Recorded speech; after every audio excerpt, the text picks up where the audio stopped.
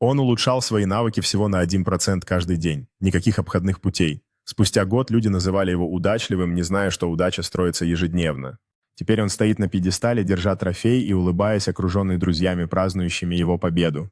Он сидит за столом, рассматривая свои цели и достижения с решительным выражением лица, окруженный мотивирующими цитатами на стене.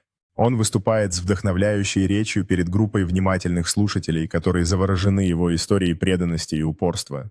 Он идет по парку, размышляя о своем пути с умиротворенным выражением лица, наблюдая за красотой природы вокруг себя. Он в кафе, обсуждая свои идеи с наставником, делясь мыслями и получая мудрые советы за чашкой кофе.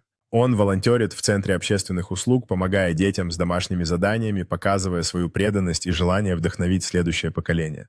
Он стоит перед зеркалом, отрабатывая навыки публичной речи с сосредоточенным выражением лица, репетируя слова, которые вдохновят других. Он отмечает свой день рождения в окружении друзей, смех наполняет воздух, когда они делятся историями своих собственных путешествий и достижений.